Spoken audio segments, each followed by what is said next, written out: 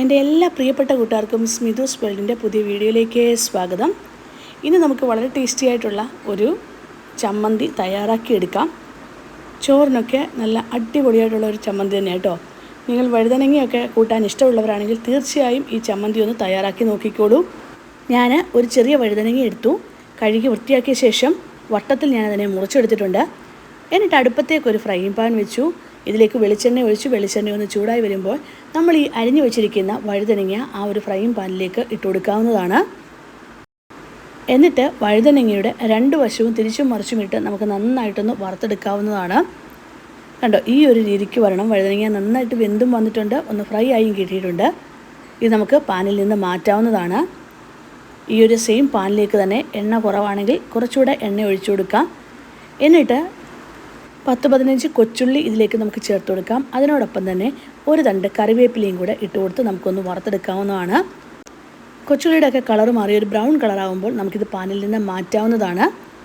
ഇനി നമുക്ക് വറ്റൽമുളക് ചേർത്ത് കൊടുക്കണം. എരിവിനനുസരിച്ചുള്ള വറ്റൽമുളക് ചേർത്ത് കൊടുത്തോളൂ. നല്ല എരിവുള്ള മുളകായതുകൊണ്ടാണ് ഞാൻ കുറച്ച് മാത്രം ചേർത്ത് കൊടുത്തിരിക്കുന്നത്. എരിവ് കുറവുള്ള മുളകാണെങ്കിൽ ഒരു 6-7 എണ്ണമെങ്കിലും ചേർത്ത് കൊടുക്കേണ്ടി വരും. ഇത് നമുക്കൊന്ന് വറുത്തെടുത്ത ശേഷം തീ ഓഫ് ചെയ്യാവുന്നതാണ്. ഈ ഒരു സമയമായപ്പോഴത്തേനും വഴുതനങ്ങയുടെ ആ ഒരു ചൂടൊക്കെ ഒന്ന് മാറിയിട്ടുണ്ട്. ഇത് ഞാനൊന്ന് ചതച്ചെടുക്കാനായിട്ട് ഒരു കല്ലിലേക്ക് ഇട്ട് കൊടുക്കുകയാണ്. മിക്സിയുടെ ജാറിലേക്ക് ഇട്ട് പൊടിക്കുന്നതിനേക്കാളും നല്ലത് ഇങ്ങനെ ഒന്ന് ചതച്ചെടുക്കുന്നത് തന്നെയാണ് കേട്ടോ. ആ വഴുതനങ്ങയുടെ പുറത്തെ ആ ഒരു തൊലി കളഞ്ഞ ശേഷം ഇട്ട് കൊടുക്കാൻ ശ്രദ്ധിക്കുക. ആവശ്യത്തിന് ഉപ്പും ചേർത്ത് നമുക്ക് ഇങ്ങനെ ഒന്ന് ചതച്ചെടുക്കണേ. എന്നിട്ട് നമുക്കിനി ചെയ്ത് കൊടുക്കേണ്ടത് ഇതിലേക്ക് തന്നെ നമ്മൾ വറുത്ത് വെച്ചിരിക്കുന്ന കൊച്ചുള്ളി ഉണ്ടല്ലോ, അതും കറിവേപ്പിലയും കൂടെ ഇട്ട് കൊടുക്കാവുന്നതാണ്. ചമ്മന്തിക്ക് ആവശ്യമായിട്ടുള്ള പുളിയും കൂടെ ചേർത്ത് കൊടുക്കാം. എന്നിട്ട് നമുക്ക് നന്നായിട്ട് ഒന്നുകൂടെ ചതച്ചെടുക്കാവുന്നതാണ്. ഞാൻ ഇങ്ങനെ തന്നെ ഇട്ടൊന്ന് ചതച്ചെടുക്കുന്നതേ ഉള്ളൂ കേട്ടോ. ഇനി നിങ്ങൾക്ക് കുറച്ചുകൂടെ ഒന്ന് അരച്ചെടുക്കണമെങ്കിൽ മിക്സിയുടെ ജാറിനകത്ത് തന്നെ ഇട്ട് അരച്ചെടുത്തോളൂ.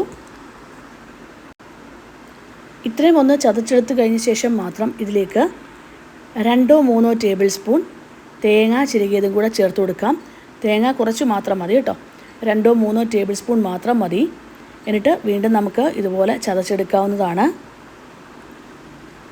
ഈ ചമ്മന്തിയൊക്കെ തേങ്ങയൊക്കെ ഒരുപാട് അങ്ങ് അരച്ചെടുക്കുന്നത് അത്ര ഇഷ്ടമുള്ള അത്ര ഇഷ്ടമല്ല. അതുകൊണ്ട് തന്നെ ഞാൻ ഇങ്ങനെ ഒന്ന് ചതച്ചെടുക്കുക. ഇനി മിക്സിയുടെ ജാറിലിട്ടിട്ടാലും ചെറുതായി ഒന്ന് ചതച്ചെടുക്കുക മാത്രമേ ഞാൻ ചെയ്യുകയുള്ളൂ. നിങ്ങൾക്ക് ഇഷ്ടമുള്ള ഏത് രീതിയാണോ അങ്ങനെ തന്നെ നിങ്ങൾക്ക് ചെയ്തെടുക്കാവുന്നതാണ്. പലർക്കും പല രീതിയിലാണല്ലോ ചമ്മന്തി തയ്യാറാക്കുന്ന ഇഷ്ടം. ഞാൻ ഏതായാലും ഇങ്ങനെയൊന്ന് യോജിപ്പിച്ചെടുക്കുന്നത് മാത്രമേ ഉള്ളൂ, ഒന്ന് ചതച്ച് യോജിപ്പിച്ചെടുക്കുന്നത് മാത്രമേ ഉള്ളൂ.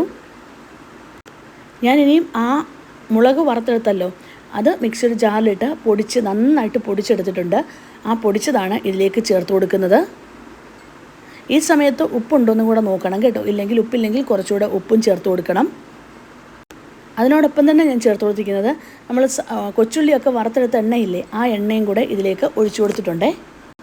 ഈ മുളകും ഉപ്പും ഒക്കെ ചേർത്ത് കൊടുത്ത ശേഷം നല്ലതായി ഒന്നുകൂടെ ഒന്ന് യോജിപ്പിച്ച ശേഷം നമുക്ക് വേറൊരു പാത്രത്തിലേക്ക് ഇത് മാറ്റാവുന്നതാണ്. വഴുതനങ്ങ റെസിപ്പി ഇഷ്ടമുള്ളവരെല്ലാം ചെയ്ത് നോക്കേണ്ട ഒരു ചമ്മന്തി തന്നെയാണ്. തീർച്ചയായും വളരെ ടേസ്റ്റി ആയിട്ടുള്ളൊരു ചമ്മന്തി തന്നെയാണ്. ഇഷ്ടമായെങ്കിൽ ഒന്ന് ലൈക്ക് ചെയ്യാനും ഷെയർ ചെയ്യാനും സബ്സ്ക്രൈബ് ചെയ്യാനും കമൻറ്റ് ബോക്സിൽ കമൻറ്റ് ചെയ്യാനും മറക്കല്ലേ. Thank you for watching.